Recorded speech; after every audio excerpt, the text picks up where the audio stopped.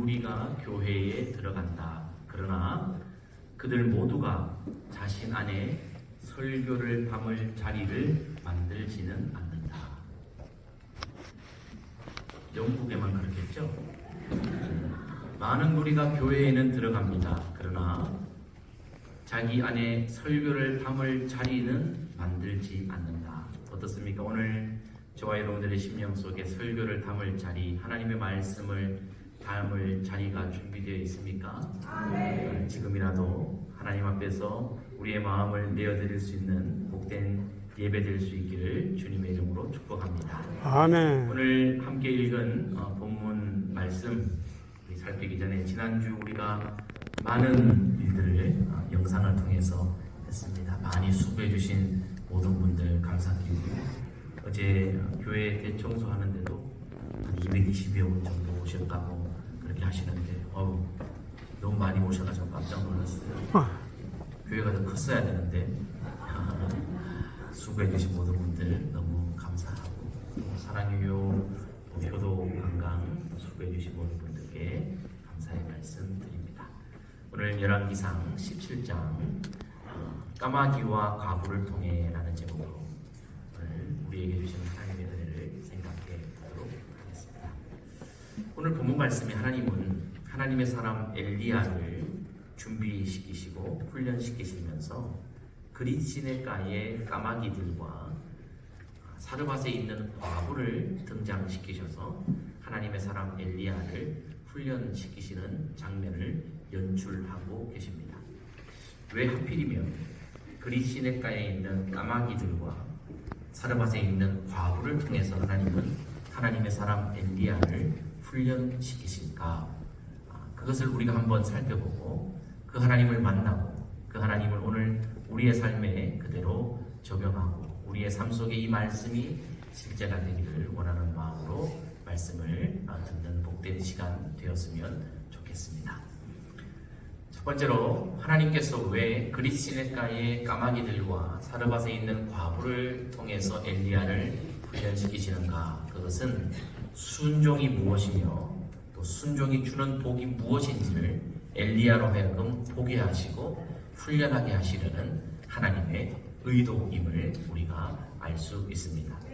그릿 시내가라고 할 때 그릿이라고 하는 단어는 분리되다라는 의미입니다. 분리된 곳, 그곳이 바로 그릿 시내가입니다. 분리된 그곳에서 하나님은 하나님의 사람을 순종으로 이끌고 계십니다. 그릿 시내가는 좌우에 이 폭이 좁고 옆에 돌이 많아서 그곳에 도적대들이 많이 숨어서 출몰하는 지역이라고 주석에 그렇게 기록이 되어져 있습니다. 그리고 이 그릿 시내가는 그렇게 많은 물이 흐르는 곳은 또한 아니었습니다. 그런데 이 원래 많은 물이 흐르지 않는 이 그릿 시내가인데 지금 이 엘리야가 그릿 시내가로 가라고 명령을 받은 때가 언제이냐? 오늘 본문 1절 말씀해 보니까 하나님께서 엘리야를 아합에게 보내셔서 하나님께서 말씀하지 아니하시면 이 땅에 비가 내리지 않을 거야 라고 저주를 선포하게 하신 후에 그를 그릿 시내가에 숨어라 라고 말씀하셨습니다. 즉 가뭄이 시작되자마자 하나님은 아합에게서 하나님의 사람 엘리야를 따로 빼내셔서 숨기셨는데 그곳이 어디냐? 분리된 곳 그릿이라고 하는 시내가였습니다. 근데 가뭄인데요. 하나님의 사람을 숨기셨으면 하나님이 좀 준비 좀 단단히 하시고 가뭄이 들어도 목마르지 않도록 그래도 하나님 사람인데 하나님이 쓰실 사람인데 좀 특별한 대우를 해주셨으면 좋겠는데 하나님이 가라고 명하신 그 그릿 시내에도 가자마자 얼마 되지 않아 어떻게 됐습니까? 그 시내가 마르니라 라고 말씀하고 있습니다. 참 하나님도 참 너무하십니다. 하나님의 일을 하는 사람이면 좀 잘 해주시지 라는 생각이 언뜻 듭니다만은 이것이 다 하나님께서 하나님의 사람을 훈련시키는 과정임을 알게 됩니다. 이렇게 그가 그릿 시내가에 있었던 시간이 약 1년 정도입니다. 여러분 말이 좋아 1년이지 메마른 시냇가에서 야생살이를 1년 했습니다. 쉬웠겠어요? 어려웠겠어요? 편안했겠어요? 불편했겠어요? 말해 뭐 하겠습니까? 여러분 1년 동안 산속 여러분 그 마른 시냇가에서 1년을 버티는 것 진짜 말 그대로 버티는 삶이었겠습니다. 그런데 어느 날 하나님께서 그리 시냇가에 있는 엘리야에게 말씀하십니다. 야 엘리야야 이제 자리를 옮기자. 그때 그 옮기자라는 말을 들었을 때 엘리야 마음에 한켠 큰 기대가 있었을 것입니다. 야 이제 좋은 집으로 들어가나 보다. 물이 있는 곳으로 하나님 나를 인도하나 보다 하시는데 어디로 가라고 하십니까? 오늘 본문 말씀해 보니까 그리 시내에 있던 그를 사르밧이라고 하는 동네로 가라고 하십니다. 근데 이 사르밧이 어디냐? 시돈 땅이라고 말씀하십니다. 시돈 땅이 어디냐? 아합의 아내 이세벨, 이 악녀 이세벨의 고향이 시돈입니다. 이방을 섬기는 우상의 땅이고요. 이스라엘 민족 유대인들에게는 원수와 같은 이세벨의 본거지가 바로 시돈입니다. 즉 적진의 한 중심부로 하나님이 가라고 말씀하십니다. 그 거리가 무려 140km 정도 됩니다. 140km는 대전에서 서울에서 대전까지의 거리가 약 140km. 고속도로 아니고요. 광야의 길을 140km를 걸어서 가야 합니다. 1년 동안 야생살이 했습니다. 1년 동안 제대로 자지도 먹지도 못했습니다. 그런데 그가 140km를 또 뚜벅뚜벅 걸어서 뚜벅이로 가야 합니다. 가는데 그곳에 고대 광실, 산의 진미 그렇게 준비된 것이 아닙니다. 이방 땅 사르밧 그곳에 과부의 집으로 가라고 말씀하십니다. 참 하나님 너무 하십니다.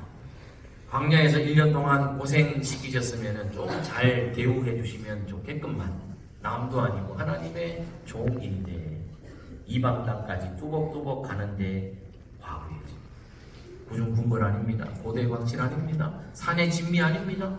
과부의 집, 가난한 과부의 집에 가서 무려 2년 넘도록 빌부터 얻어먹게 하십니다.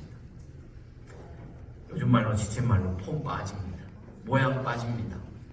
여러분 하나님의 사람으로 부르셔서 아합 앞에 보내셔서 너 하나님이 말씀하지 않으시면 비 안 내릴 거야 라고 멋지게 선포할 때까지는 좋았는데 그때부터 그릿 시냇가에 숨어 사는 신세, 그것도 모자라 이방 땅 과부의 집, 먹을 것이 없는 과부의 집에 가서 2년 동안 빌부터 살게 하나님이 하십니다. 왜 그러실까요? 하나님의 의도가 있지 않겠습니까? 그것은 하나님께서 하나님의 사람 엘리야를 순종으로 훈련시키는 과정입니다.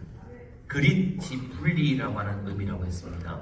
사르밧이라고 하는 지명의 뜻은요, 완전히 녹아버리다, 용광로 이런 의미가 있습니다. 하나님은 완전히 분리된 곳에서 그리고 용광로와 같이 완전히 녹여버리는 그 뜨거운 그곳에서 엘리야의 불순물을 분리시키시고 제거시켜 주시는 것입니다. 그 속에 있는 욕망의 자아와 그의 과거에 화려했던 자기의 계획과 그가 꿈꾸고 있는 세상적인 생각들을 다 용광로에 녹여버리고 그 속에서 다 분리시켜 버리셔서 하나님의 순전한 사람으로 온전한 사람으로 세워내시기 위해 무려 가뭄이 있는 3년 반 동안 엘리야를 철저한 순종의 자리로 내몰고 계시는 것을 우리가 알 수 있습니다. 하나님은 하나님의 사람들을 쓰시고 하나님의 사람들에게 복 주시기를 원하실 때 언제나 순종을 요청하고 계십니다. 여러분 창세기부터 요한계시록 말씀까지 쭉 한번 보십시오. 그 속에는 우리를 향한 하나님의 순종의 요청과 명령들이 가득 차 있습니다. 하나님은 왜 그렇게 순종을 요구하십니까? 복 주시려고 하시는 거예요. 다 훈련시키는 의미가 있습니다. 예수님께서 말씀하셨어요. 내 말을 듣고 행하는 자, 즉 내 말을 듣고 순종하는 자는 참 지혜롭고 견고한 자이다 말합니다. 비가 내릴 것이다. 창수가 나게 될 것이다. 바람이 불어 부딪히게 될 것이다. 그러나 순종한 사람은 견고하여 무너지지 않을 것이다. 지금 왜 하나님께서 하나님의 사람 엘리야를 그리 시냇가로 분리시키시고 사르밧 용광로 속 적진 속으로 집어넣으십니까? 앞으로 그가 해야 될 사역 속에 비가 내릴 것이고 창수가 날 것이며 바람이 불어서 그를 덮치고 밀게 될 것이지만 그곳에서 이겨낼 수 있을 만한 능력을 준비시키고 계시는 것입니다. 주께서 사랑하시는 성도 여러분, 혹시 지금 여러분들의 삶이 그리 시냇가와 같이 메마른 시냇가에서 그렇게 고통스럽게 지내고 계십니까? 사르밧 완전히 나를 녹여버리는 그 용광로와 같은 환경 속에 함몰되어 계시는 분이 계십니까? 조금만 더 인내합시다. 그러면 반드시 정금과 같이 여러분들을 하나님이 끄집어내실 줄 믿습니다. 오늘 여러분들의 이 고통과 인내의 시간은 비가 오고 창수가 나고 바람이 부딪히는 그때가 온다 할지라도 여러분들을 더 강한 순전한 하나님의 사람으로 만드시려는 하나님의 계획이심을 신뢰하시는 저와 여러분 되시기를 주님의 이름으로 축복합니다.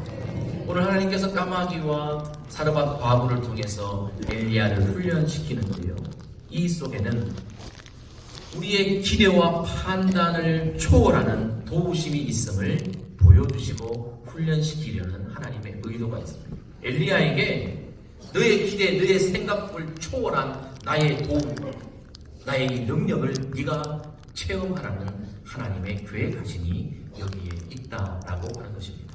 여러분, 그리 시냇가에 엘리야가 얼마 동안 있었다고요? 1년 있었습니다. 제가 너무 착해가지고 답을 여기다 이미 다 가르쳐줘도 눈을 막 뜨세요. 1년 동안 있었는데 메마른 시내에 마실 물이 없는 그곳에서 엘리야가 굶어 죽었습니까? 아니요, 굶어 죽지 않았습니다. 사르밧까지 140km를 행군해도 될 만한 체력이 있었고 힘이 있었습니다. 놀랍지 않습니까? 가뭄 속에 야생살이 1년을 했습니다마는 그가 140km를 걸어갈 만한 에너지가 있었어요. 여러분 140km 걸어갈 수 있겠어요? 아유, 말도 하지 마세요. 그렇습니다. 여러분처럼 잘 먹고 잘 쉬시고 하셔도 140km 걸어가시는 게 쉽지 않을 거예요. 어떻게 그 일이 가능했습니까?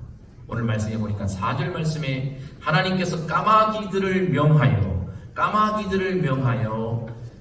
엘리야에게 아침 저녁으로 떡을 가져다 주셨다라고 성경이 기록하고 있습니다. 떡을 가져다 주셨다. 누구를 통해서요? 까마귀를 통해서. 네, 여러분, 까마귀, 우리 한국 사람들은 까마귀 싫어합니다. 흉조입니다. 까마귀 보기도 싫어하고 까마귀 소리를 듣기도 싫어합니다. 네, 그런데 이스라엘은 어떨까요? 성경은 까마귀를 뭐라고 말할까요? 우리와 비슷합니다. 레위기 11장 15절 말씀에 보면 까마귀를 가증한 짐승으로 분류하고 있습니다. 성경도 불결한 짐승으로 까마귀를 이야기하고 계십니다. 그런데 여러분, 불결한, 즉 하나님이 쓰시고 도울 만한 사람도 결혼도 시켜주고 이래야 폼이 나는 거지. 하나님의 종이 머리를 끌적끌적거리면서 여러분 1년 내내 야생에 있었으니 뭐 그가 단정했겠습니까? 가뭄에 어떻게 목욕이나 제대로 했겠습니까? 여러분 진짜 수금덩이처럼 그렇게 빼가지고 터벅터벅 가가지고 이게 도둑놈인지 강동지 그런 알지도 못하는 몰골을 가지고 이방 땅 사르밧 과부의 집에 들어갔어요. 남정네가 과부의 집에 들어가서 2년 동안 빌부터 얻어 먹습니다. 이게 여러분 가능한 일입니까? 인간의 생각을 초월합니다. 이방 땅입니다. 그런데 하나님의 종을 2년 동안 수발했습니다. 자, 문제 여쭤보겠습니다. 여러분들 다 믿음 좋으시고 여러분 신앙생활 전부 다 오래 하셨고, 예. 자, 장로고 권사고 집사님이시고 이 성품도 좋으시고 여러분 사시는 것도 뭐 할만하고, 자, 여러분 집에 뭐 저와 같은 목사나 선교사님이 2년 동안 빌붙는다. 자, 환영하시고 손 한번 들어보세요. 한 분 계셨어요. 감사합니다. 일부에는 한 분도 없었어요. 여러분, 근데 말이 2년이죠. 한 끼도 아니고 두 끼도 아니고 이틀도 아니고 2주도 아니고 과부의 집에 유대 사람이 2년 동안 와서, 그것도 여러분 가난한 집입니다. 있는 집이 아닙니다. 지금 가루 한 움큼 기름 조금밖에 없어서 그것 가지고 아들과 한 끼 먹고 죽으려고 하는 가난한 그 집에 2년 동안 먹고 살게 하는 기대와 상상을 초월하는 하나님의 방식의 공급하심이 여기에 있습니다. 여러분, 우리 잘 못해요. 우리 아무리 장로고 권사고 해도요, 아유 무슨 제가 여러분 집에 하루 한 끼 먹으러 얻어먹고 있으면 자꾸 눈치 줄걸요. 담임 목사라도 막 두 끼 먹으려고 그러면 눈치 줄걸요. 마찬가지입니다. 시돈 땅입니다. 이방 땅입니다. 우상 숭배를 하는 땅입니다. 그곳의 과부입니다. 사르밧 과부.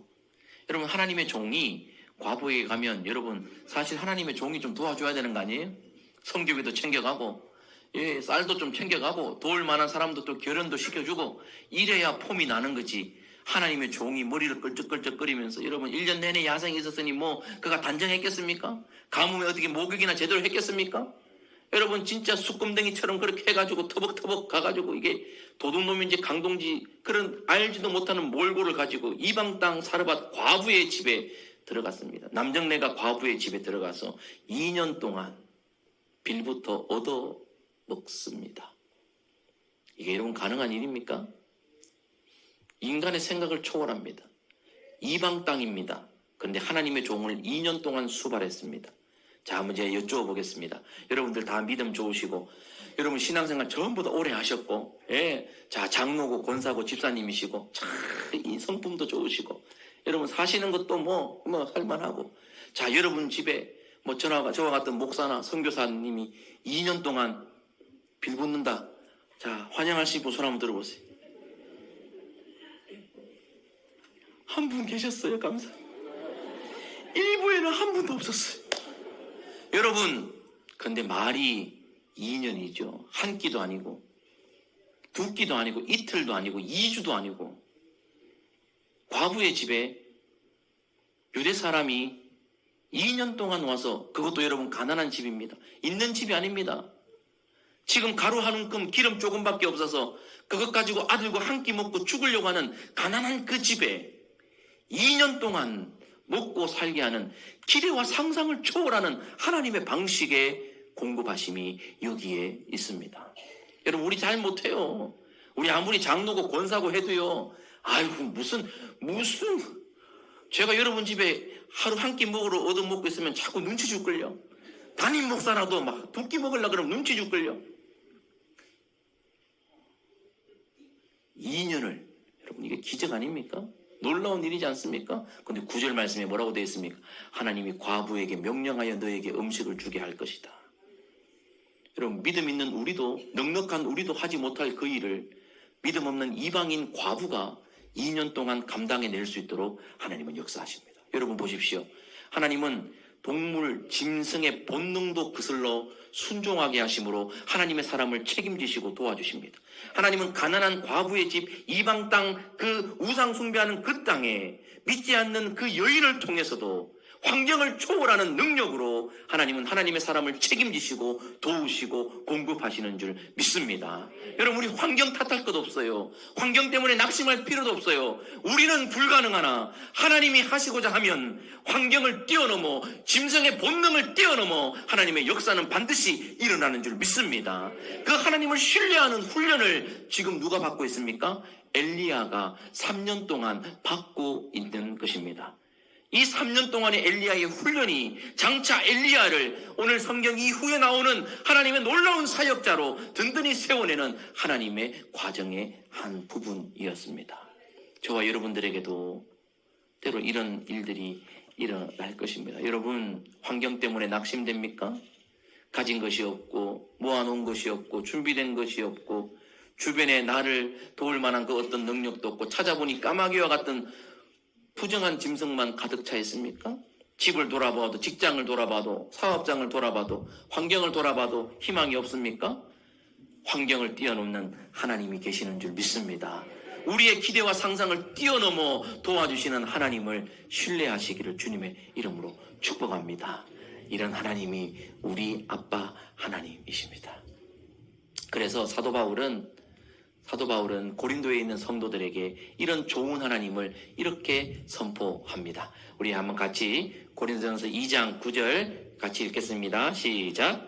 기록된 바 하나님이 자기를 사랑하는 자들을 위하여 예비하신 모든 것은 눈으로 보지 못하고 귀로 듣지 못하고 사람의 마음으로 생각하지도 못하였다 함과 같으니라. 아멘, 아멘입니까? 그렇습니다. 우리의 눈으로 과거에 보지도 못했고 앞으로도 보지도 못할 수도 있는, 과거에 들어보지도 못했고 앞으로 들어보지도 못할 우리의 생각을 뛰어넘는 그 방식으로 하나님이 하나님의 사람들을 위해 예비하시고 도우시고 책임지시는 이 말씀을 우리의 말씀으로 잡으시기를 주님의 이름으로 축복합니다. 고린도전서 2장 9절 여러분들의 말씀으로 받으시기를 주의 이름으로 축복합니다. 그리시네가에서 사르밧에서 엘리야를 책임지셨던 그 하나님이 저와 여러분들의 삶을 책임져 주실 줄 믿습니다. 우리의 기대와 상상 이상으로 채워주실 줄 믿습니다.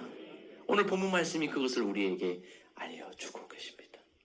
까마귀와 과부를 통해 엘리야는 철저한 하나님을 만나게 되는 것입니다. 오늘 본문 말씀 속에서 마지막으로 우리가 살펴볼 수 있는 것은요, 하나님은 언제나 준비된 사람을 통해 복을 흘려보내시는 분이시라는 것을 우리가 알 수 있습니다. 아들과 함께 젊은 가부가 한 끼 먹고 죽으려고 하는, 죽을 수밖에 없는 그 상황 속에 하나님의 사람이 먼저 떡을 가져다가 내게 갖다가 나로 먹게 하라. 그리고 네 목을 끌고 먹어라. 이야, 참 강도가 따로 없습니다. 아니고 한 번 먹고 말 걸 나 먹고 남는 걸 해먹을 게 없는데. 그런데 그곳에서 2년 동안, 비가 오기까지 2년 동안 그 가루통에 가루가 그 기름병에 기름이 없어지지 않았다.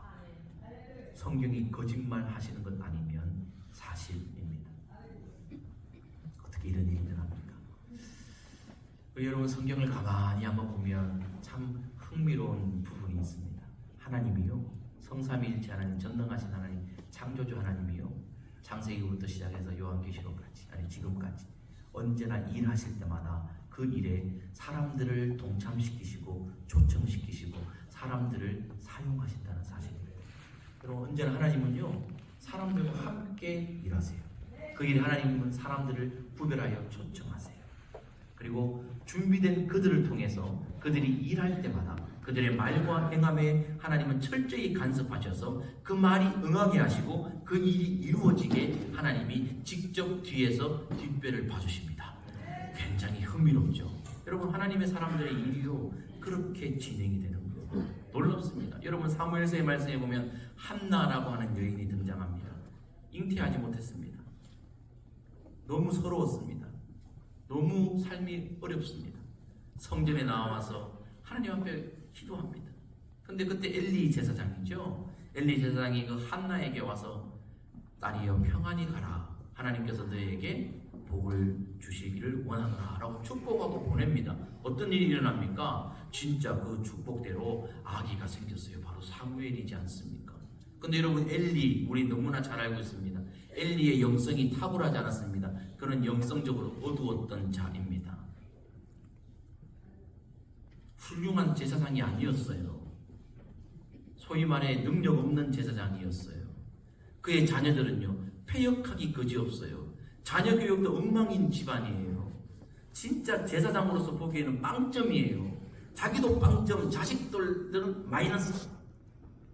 그런데 그런 엘리의 축복의 기도도 선포도 하나님이 허투루 듣지 않으시고 그대로 복을 명하고 계십니다. 여러분, 열왕기서의 말씀에 보면 나아만 장군 등장합니다. 나아만이 문둥병에 끌려왔을 때 하나님의 사람 엘리사가 그에게 요단강에 가서 7번 물을 적셔 몸을 깨끗하게 하라라고 말합니다. 그런데 그 말대로 하나님이 나아만을 고쳐주십니다. 오늘 본문 말씀대로 엘리야가 아합 앞에 가서 하나님 말씀하기 전까지 비가 내리지 않을 거야 말했더니 진짜 하나님이 비를 내리지 않으셨습니다. 오늘 과부에게 기름이 마르지 않을 거야 말했더니 진짜 하나님이 기름이 마르지 않게 하셨습니다. 엘리야가 한 거 아닙니다. 하나님이 그렇게 하셨습니다. 하나님은 언제나 준비된 사람들을 통해 복을 흘려보내시고 그들을 사용하시어 하나님의 영광을 드러내십니다. 여러분, 창세기 12장의 아브라함 이야기 잘 아시죠? 창세기 12장 3절 한번 읽어볼까요?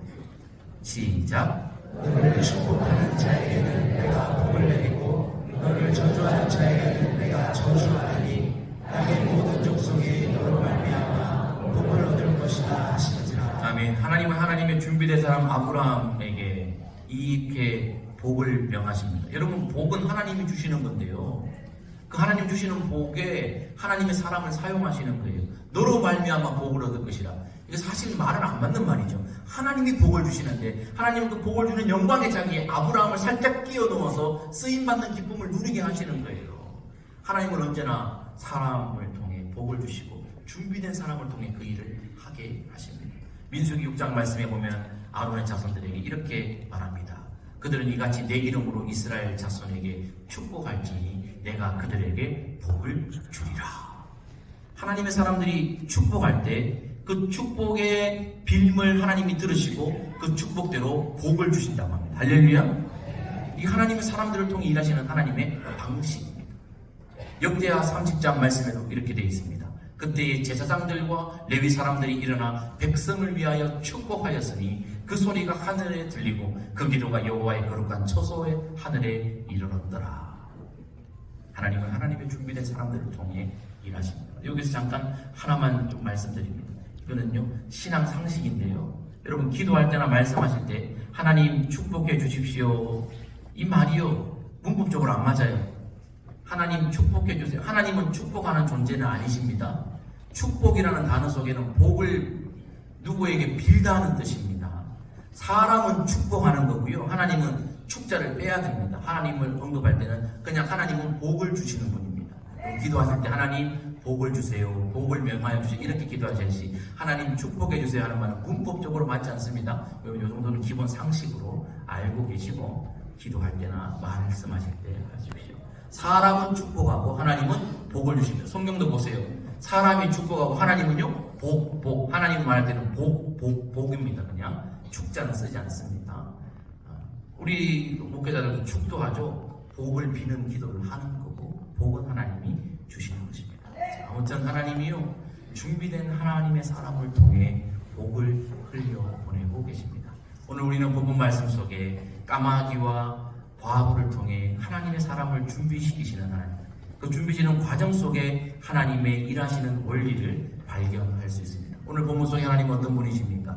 순종의 훈련을 시키시는 하나님이십니다.